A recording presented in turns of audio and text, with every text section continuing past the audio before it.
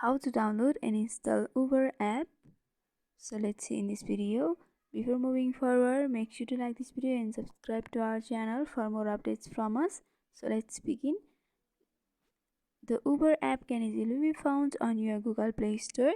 So the first step is you need to open up your Google Play Store on your device. After that, in the search bar, you have to tap and search for Uber. Soon after searching, you'll be able to see this application.